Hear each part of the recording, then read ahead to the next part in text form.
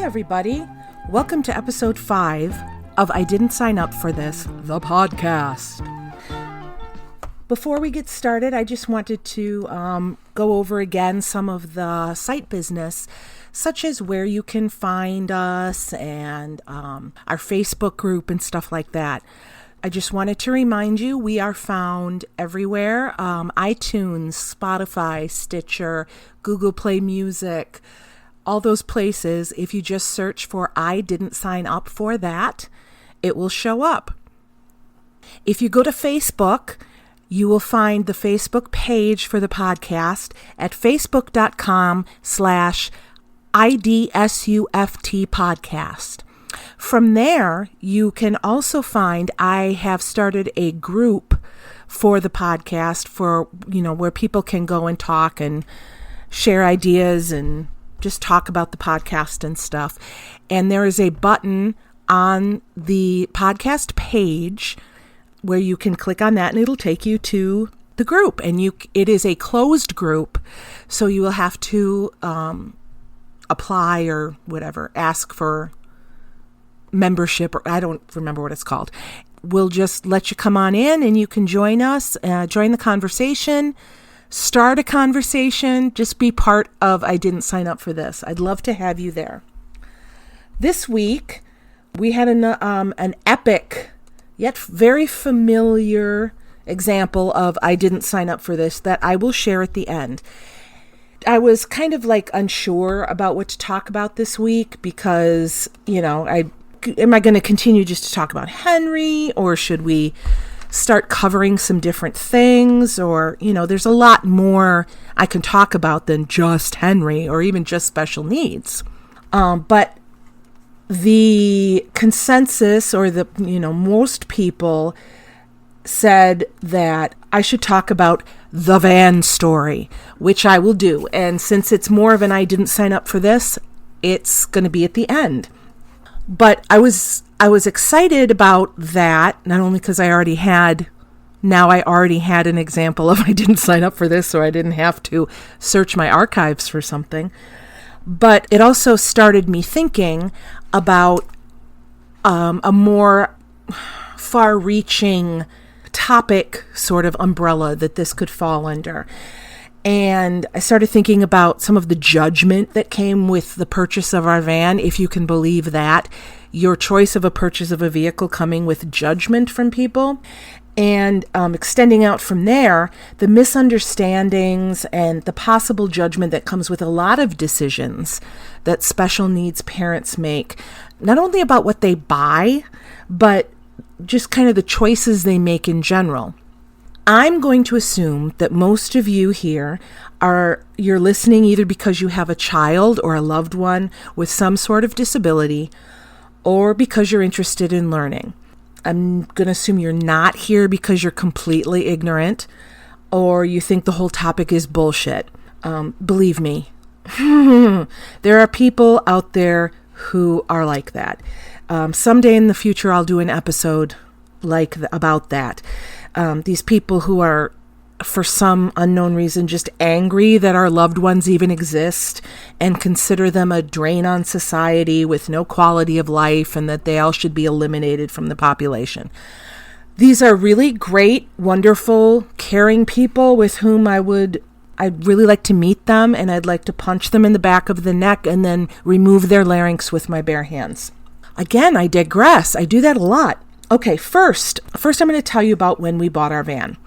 At the time, we had a normal minivan, just 3 rows of seats. I think it was a Chrysler Town and Country, if I'm remembering correctly. It wasn't optimal, but we could bull our way through almost any trip.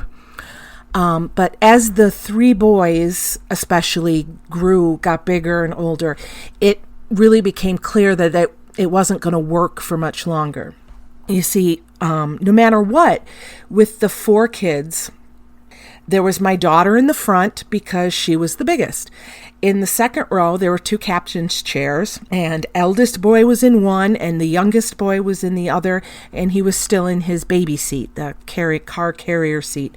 And then Henry had the third row, and sometimes it was okay, and often it was not. We started with Henry behind the youngest boy, but that didn't work because Henry would throw things over the seat and they would land on a defenseless baby. Took one bonk in the face with a book for me to realize that that was a terrible decision. So I moved Henry behind eldest boy, and that ruined eldest boy's ability to have a decent car ride ever. Henry would throw things at him and often hit him. He figured out how to wrap his legs around the seatbelt that came down behind the back of the seat and then pull. And then he would choke eldest boy and make him all tight. And so every car ride became just a race to get it done before Henry injured someone, or eldest boy in his Asperger syndrome reactions would just completely lose his shit and start screaming about the unfairness of everything. Which, he wasn't wrong. So we decided we needed to look into a different option. Something with 4 rows. Yikes. Ew.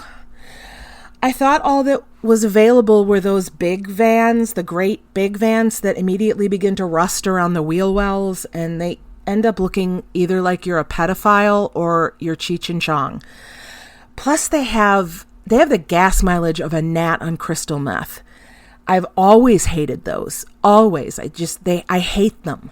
But, there wasn't much of an option. My husband, however, had heard about the Sprinter vans. He knew about them. They had been made by Dodge, but when we were looking at them, they had been bought by Mercedes, and so now they were making them. And so they had these great Mercedes engines that last forever. They were diesel, which was great, and they got better gas mileage, and they were somewhat nicer than I was thinking of. I mean, they're not luxury vehicles by any stretch of the imagination, but it is more than just, a metal box with cheap seats bolted in. It's a little better than that. At that time, Nissan had also just introduced their vans in this class with the 4th row. So we looked at those as well, but they were inexpensive, more inexpensive. They were not inexpensive. They were more inexpensive than the Mercedes, but they looked stupid. And, they didn't even list the gas mileage, which told me they were hiding it. The design, from the shape to the interior, it all looked like, when your kindergartner draws a picture of a car and it just kind of looks like different squares and rectangles put together. It looked like that. After a lot of reading and testing and driving, we ended up deciding on the Sprinter. Now, the Sprinter came, and I think still comes, in 2 different lengths and 2 different heights. And we wanted the smaller of both options. But luck has it, there weren't any of those anywhere in the United States. And we could have gotten it, we could have ordered it, but it would have taken months for it to arrive. And we didn't want to wait that long. And no, let me take that back. There were the smaller of both options, but they were all white. And I did not want a white van. The only thing worse than having to drive a big, monstrous vehicle is having to drive a white one. So the only options available to us in the entire country there was a black one that was both extra long and extra tall. There were some silver ones. Again, not a big fan of silver. They had different length and height configurations, but not the 2 together that we wanted. And then there was a charcoal gray one that was shorter but tall. And it's not what I wanted, especially because, I didn't really want tall, because you can't, this is so first world, but with the tall ones, you can't fit through all the drive-thrus. I know, shut up, Christy. But, it was a concern with our family. If we have to eat on the go, I can't go in anywhere because I can't really take Henry. And so drive-through is very often what we have to do. So, it's not what I wanted, but since all the non-white options required months of waiting, this was the best choice. So they sent for this one. Now, I admit, now I'm going to put a picture in the Facebook page, on the Facebook page, prepositions. I'm going to put a picture on the Facebook page so you can see what it looks like. I mean, yes, I know you can look it up yourself, but I'll throw it up there so you can get an idea of what it looks like. It is over 9 feet tall, but we can fit through the McDonald's drive-thru that says that they are only 9 feet tall. So one of them's wrong. I am pleased. One of the things I'm most pleased with is that we ended up getting the taller version, because when we've taken this van on 2 cross-country trips. Once we drove to California, to Los Angeles in it, and once we drove to Florida. Both times, the option of having this tall roof made it so that if there was a big issue, I could get up and walk to the back of the van, and we didn't have to stop and pull over. You know, yeah, not safety first, not that, but, you know, when you're trying to get somewhere and, you know, someone in your car is freaking out because they lost their pacifier for the 47th time, you just hop up and get their pacifier and go back to your seat, put your seatbelt back on. Everything's fine. I couldn't have done that if we didn't have the upper roof. So I'm happy about that. Also, there's so much headroom. I never hit my head, and you can lift your arms all the way to the ceiling and not touch anything. So that's cool. So in this vehicle, in the Sprinter, I'm able to have me and my husband in the front. If all of us are traveling together, me and my husband in the front. And when we got it, we would have, in the second row, it would be youngest boy and daughter, or youngest boy and eldest boy. And then the third row would be for one person, either, you know, when we took long trips, they would switch off. So like for this leg of the trip, my daughter got the third row. For this leg of the trip, my eldest son got the third row, that kind of thing. And then we had Henry in the back in the fourth row. And y'all, it worked. Henry would, and he does still throw things from back there, but it's not as often, and it doesn't bother them as much when it's 2 rows away. He can't in any way, shape, or form get a hold of their seatbelt and pull it and hurt them. He can't touch them with his arms and legs. And see, what Henry can do is if you're sitting next to him, even if you're imagine with me, you're sitting in a bench seat in a car, and there are 3 seats, and say Henry is in one, and then 2 seats over against the window is you. Henry can kick up his leg to like pointing his toe at the ceiling, and then bring it down at a 90-degree angle, and he'll strike you. He can even do that behind him, not just a 90-degree angle. He could do about 145 degrees. So if you are within his range, even if with a normal person they couldn't touch you, Henry can touch you. And it gets irritating. So from the 4th row, Henry can throw his pacifier, and he can hit me dead in the back of the head while I'm driving. You know, that's how well this kid can throw, but it's way better. He's calmer back there. And, you know, while driving with him can still be an exercise in massive patience, because he's constantly demanding different music or a book after he's thrown it, or his pacifier and strap after he's thrown it. But compared to how it was in the Chrysler, it's way better. In other words, in the most important way possible, it works for our family. That was Henry. What I didn't expect when we bought this van was the level of judgment we'd receive. You know, most of the reactions are along the lines of, wow, that's big, or that van is huge. You know, that kind of thing, which, you know, can get tiresome, but it's expected because the vehicle is different, even though I just want to go, it's a car. Yes, it's bigger than you're used to. It's not a dinosaur. It's still a car. Calm down. But it's okay. What did surprise me was the number of people who thought it was okay to ask, "How many kids do you have?" Or asking if it's a work van, or am I making deliveries, or questioning the gas mileage in a thinly veiled dig at our poor environmental lifestyle. Or the vandalism. Yes, that's correct. For some reason, people in our neighborhood, I think they were teenagers who went to the same high school as our daughter, I think. They thought it was appropriate to write shit on our van with the stuff that you write, like going to state, on your vehicle, that white stuff that comes off. Honestly, it's been so long that I'd almost forgotten about it, but sweet Lexi out there, hi Lexi, she reminded me of just how horrified she'd been when it happened. They wrote something about our big ass van, and when I just wiped it off and ignored it, a couple of days later, it was back. So for some reason, these people were so offended by the size of our van that they had to write about it on the van. I realized then that every single choice we made was being watched and judged by people who had no freaking idea why we had made that choice.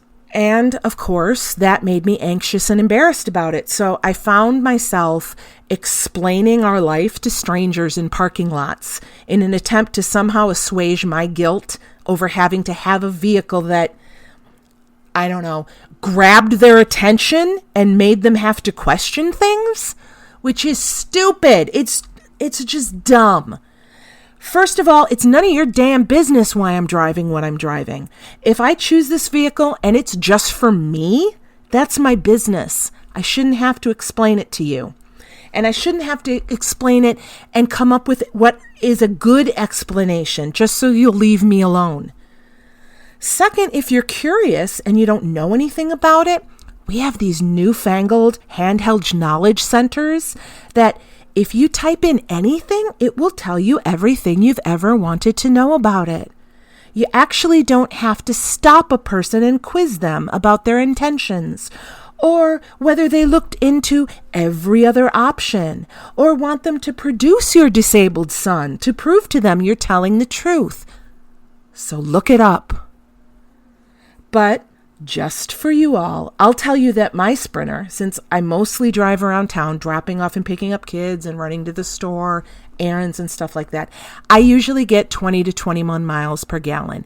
It's not huge, but considering the size of the vehicle and what comparable vehicles in its class get, it's monstrous. And when we took it to both California and Florida, my husband was driving and he was getting nearly 30 miles to the gallon. So yeah. Another incident we had was in a parking lot of Joann Fabrics, of all places. There was a lady in her car who was either looking for a parking spot or something, but she was kind of driving like she didn't know what she wanted or, what she was going to do. So we pulled around and found our spot. We didn't cut her off. We barely even interacted with her. We just got around her and got her spot. And for some reason, that pissed her way off. So after I went in the store, she pulled in nose to nose with the van. And she started berating my husband for having such a big, stupid van. She actually said, with no knowledge of our family, "No wonder you're in the short bus." Which, you guys, thank God I had already gone in the store, or I would have dragged her. Oh boy. This is the kind of response that just the existence of our van elicits. It pisses people off for some reason that it even exists. Yes, it's big. Yes, it's very tall, and I'm pretty sure it's not easy to see around, and I'm sorry for that. But I drive it well, and I can back that thing up like a champion. I can parallel park it, and I'm pretty darn conscientious of others as I drive. But it boils down to this fact. Our family is different. We needed a different vehicle to make life work for us. We found that vehicle, and none of it is anybody's business. Which is the case, I think, for the vast majority of families dealing with special needs.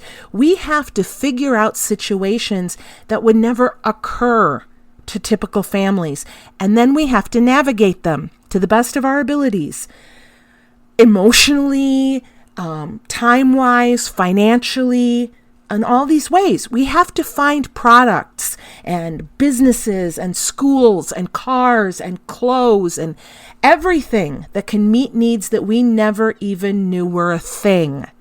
We have to navigate stuff that for many families can just be dealt with by saying no. You want examples? Sure! I'll use Henry. There are many, my God. We have to figure out diapers for a person who is too big for Huggies. And since those diapers, which you buy at a medical supply store or online in a huge box delivered every month, they're much more expensive. One has to budget for that. We did not expect that when Henry was born. You know, I was sure he was going to be potty trained at some point. I actually used to joke when he was like 5 that he'll get trained when he's ready. It's not like he'll go to high school in diapers. Foolish. I probably set myself up for that one.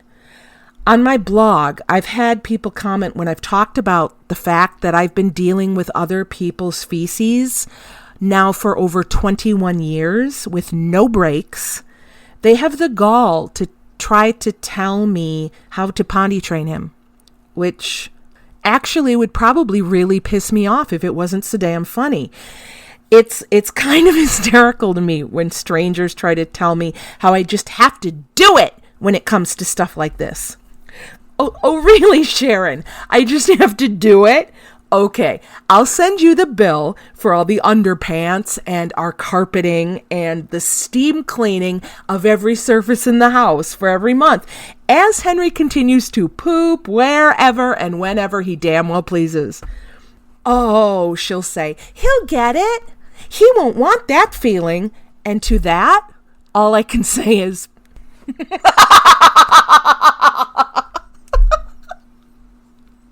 Henry doesn't care at all.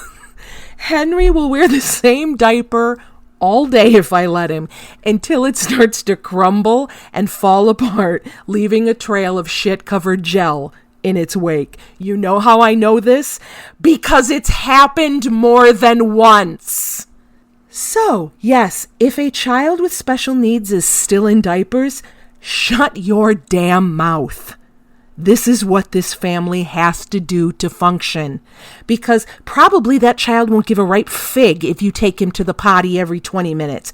It won't teach them a thing. It'll only ruin the parent's life. In our family, I think of the things that we have to have because of our differences, like pacifiers and straps. I have tried so many times to get him to give those up. And it ain't going to happen, at least not yet. He needs them. He needs the oral motor stimulation in his mouth and the strap removed from the pacifier, but in his hand he uses to fidget with. He strokes his cheeks, he taps on the table, he throws it, he passes it from hand to hand. It's just something sensory he does that gives him the input that he craves. But I've had people look like, give me the side eye on this child's pacifier and tell me I'm horrible for giving it to him. And you better take that away now. Just take it away. You know, I've had people tell me I'm a bad parent for not taking them away. Again, Karen, none of your business. You don't know my son, you don't understand his issues, and you would probably pull your skin off if you had to parent him. So step off. Boy, this gets me riled up, do you think? Then, of course, there's the tablet issue. We, this week, hit the over 50 mark of the number of Amazon Fire 7-inch tablets that we have bought and he's broken. And every time I mention it, the incredulous response I get could knock me over. What? They say. Don't you have a case? Oh, really? A case? What's that? Of course we have a case! I've tried every highly rated case on the market. Yes, I've tried tempered glass screen protectors. Henry, in every scientific test, beats them. But to be without a tablet for him is excruciating. It's a lifeline for him. Look at it this, it is the only thing he can control. He can make it do what he wants. It can fit his mood. It can sing to him. It can dance for him. It can read books to him. If he wants to watch the same 30 seconds of some show over and over for half an hour, he can. It introduces new ideas and animals and words and songs and types of people to him. And again, it is something in his environment that he can control, which is huge. He can't get people to understand him when he talks most of the time. He can't feed himself. If he's hungry, he can't feed himself. He can't dress himself. He can't get what he wants when he wants it. But the tablet, he can do everything. That is hugely empowering for a person. Imagine that. Imagine being someone who has no control over anything. Anything you want, someone else has to give it to you. I think we forget how important it is for humans to be able to have some control over their lives, even if it's something small. That tablet is something he can always control. To be without it leaves him listless and quiet and more destructive. How about books? People have asked me. Literally. All I can do is close my eyes and take a deep centering breath and say, oh, yes, Henry loves books. Henry lives for books. He can't read, but he'd better have books. He talks about the books he has. He talks about the books he wants. He can pull up pictures of books he would like to have right fucking now on his tablet and show them to me. If it's present time, he'd better get a book, and it better be the book he wants. So yes, we give him books. Lots of books. Books that get looked at and loved and thrown and pages torn out and strewn about the house and picked back up and put away and pulled back out and thrown and looked at and loved and thrown until they are basically a binding holding a couple of sheets of paper together. Then they're thrown out. And even when the cover is gone, he knows which book is which. Zebra book, tiger book, monkey book, dog book, whatever book. He knows. And they are important to him. But, and let me say this again, for the people in the back who continue to doubt and judge our continual rebuying of tablets, he can't control the books. They will always say and show what they say and show. If his mood changes or he thinks of something else he wants to hear or see, he can't make that book do that. He can make the tablet do it every time. In fact, unless I remember to turn the parental controls on each new tablet, he can go to Amazon and buy every video he's ever wanted to see at $1.99 each. And thank God for automatic email notifications is all I have to say about that. So, this is something that's important to him, and it's important to our family. It helps our family function better, whether outsiders understand it or not, and whether people agree with screen time for children or not, or whether some busybody online or in real life wants to tell us what we're doing wrong or judge us or not. It works for our family. Period. These are only a couple examples in our family. And since every child with special needs is different and every family is different and every situation is different, just imagine how many different examples there are of people using, doing, living different ways in their family because it works for them, that you don't understand there might be. Well, that that was a really weird sentence. Did that make sense at all? In other words, I guess, before you jump to conclusions or assume something about someone or judge their choices for their family, might I suggest that you don't? Especially if it's a family with special needs. Because every single one I know is working their ass off to do their very best with an ever-changing, completely foreign set of variables in situations that, at best, can be totally fucked up. We don't always have the luxury of making the most ecological choices or the most inspired choices or enlightened choices or, even the most favorable choices. We often have to just do what's easiest or what will get us to tomorrow with all our limbs intact. Now, all of that said, I know that it can be almost impossible to be able to see other people and their choices in their lives from their point of view instead of your own, because we are human and we know what we know. We don't always have the ability to stop and try to look at it from their point of view. So, grace is ever flowing. We understand that you don't understand, and we're happy to explain. We're happy to educate or enlighten or whatever. But do understand that if something seems weird, I'm not talking about the truly weird, like I better call the police weird. I'm talking about there's only 4 kids in that family. Why do they need a 12-seat vehicle? Well, you don't understand what's going on in that vehicle.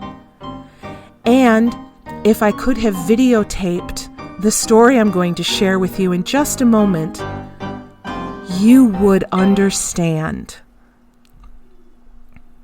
And now it is time for I Didn't Sign Up for This. And this is a story that happened this week. Now, for all of you, I will share the quote-unquote van story. And if I had a music drop in right here, it would go dun dun dun.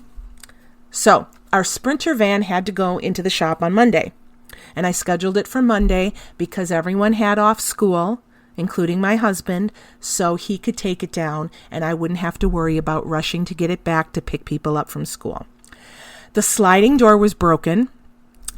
It would open, but the latch wouldn't unlatch it to close it, so you would have to reach down into the thing and find with your finger the little kind of C hook that held it there and push that and then close it, all the while being careful not to completely crush your finger. So that was broken. The headlight was out. The electrical system on this van can kiss my white butt as far as I'm concerned. The number of bulbs that I've had to replace in this van is easily in the mid double digits. Taillights, blinkers, headlights, bright lights, fog lights, brake light. There is always a bulb going out on this van. So that gets me all wired up and frantic. And there was a recall on the passenger airbag, so we took it in on Monday. Lights up. It's Tuesday. It's time to go to school. We had a loaner, but the loaner only had 2 rows. It was a crossover vehicle. So instead of risking that, I decided to use eldest boy's van, it's a used van, but it's new to him. So we decided to use that. There's 3 rows. The 3rd row was not up, it was down, but there were captain's chairs in the 2nd row. So I thought, we haven't tried this in a while. Maybe we can just get to school and then maybe Henry will be okay. I don't know. And this is the part where I realize what an idiot I am. So we made it to the first stop sign, which is about 2 blocks from our house, before Henry started started attacking youngest boy. There were like synchronized arm swings into the youngest's airspace, and he actually made contact twice. Youngest yells. So I tell Henry to stop and have nice arms and legs. No hitting. I made it one more block before Henry. Remember how I talked about heel strikes before? How Henry can, straight up in the air and then down like 90 to 145 degrees? Okay. He heel strikes youngest's left leg, causing youngest to lose his shit and start punching Henry. Now I yell at Henry to knock it off and be good. Henry started yelling back at me. I can't remember what he said, but I think he was cussing about the youngest's existence. I'm not sure. So after we make the first turn off of our street and start toward the second turn, Henry let loose with all the fury of an army of God. It was like a UFC fighter and a WWE wrestler and a windmill had a freaking baby, and it started beating the crap out of my youngest. Both arms and hands, both legs and feet were windmilling and pummeling the shit out of my poor boy. So youngest is screaming and crying and trying to fight back while protecting himself, and he can't. Eldest is in the front seat trying to stop Henry's limbs from hitting, but he can't. So I floored it to get to the next right that I can take and whip around to park. I race to the back. I open up the back and I'm trying to pull out the stuff that's in there and get the third seat up. And there's an insane wind and it's trying to blow stuff out of my hands. And everything in the back is like going to fly away. And I'm yelling at Henry, stop it! My God, stop it! And I'm telling the youngest to get out of the seat and out of Henry's reach. And that one is sobbing. He is defeated and in pain and just sobbing. So I get the seat up and I go up and get right in Henry's face to tell him, and he hit me. And I lost it. Again, you guys. I screamed at him that he's a very bad boy for hurting his brother. And I spanked him on his bottom. Very bad, very mean, made your brother cry. Henry is yelling back at me. I think he was saying that it was the youngest's fault, but I'm not sure, but it wasn't. It never, ever is. So I'm trying to soothe and comfort my youngest and tell him how sorry I am that Henry did this to him. It wasn't fair and it wasn't right, and I'm so sorry. Now Henry is upset. And he devolves into what I call his scream crying. This is when he starts crying, but he's also screaming about something else. And the decibel level is just below a quartet of bagpipes playing AC/DC's It's a Long Way to the Top right next to you. I got the youngest settled in the third row seat behind Henry, so Henry forgot about him. Also, Henry was too busy scream crying for the next 15 minutes. Then I'm crying and I'm apologizing to the eldest and the youngest for having them have to start their day like this. And I feel horrible for screaming at Henry and for spanking him. So that was that. But as I dropped my eldest off and I headed toward the youngest's school, I started to think about this whole issue. How most people would think that we should be able to do things like everyone else, in a car like everyone else, making runs like everyone else. But we can't. The way Henry is wired makes it so we can't. He can't sit by someone else, not because he's bad or evil. He just can't. And while these scenes and these anecdotes I share are horrible and they drain me and they exhaust me and I have to vent about them just to stay sane, they just are. They aren't bad. They aren't good. They just are. This is our reality.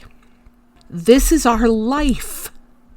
And just like everyone else in the world, we have to figure out how to best live it within the confines we are given in order for all the people in that life to have their best chance.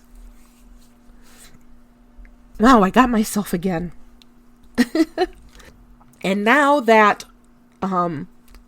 saying it's not bad, it's not good, it's just is, has put the witch's song from Into the Woods into my head. I'm not bad, I'm not good, I'm just nice. I will leave you with something a little happier. A tiny clip of Henry singing Go Tell with the Martins. Have a great week.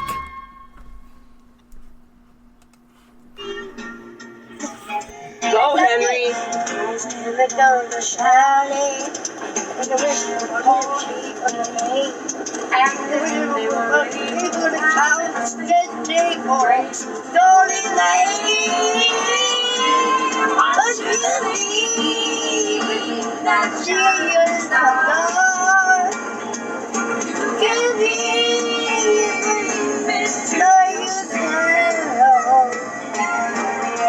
Tell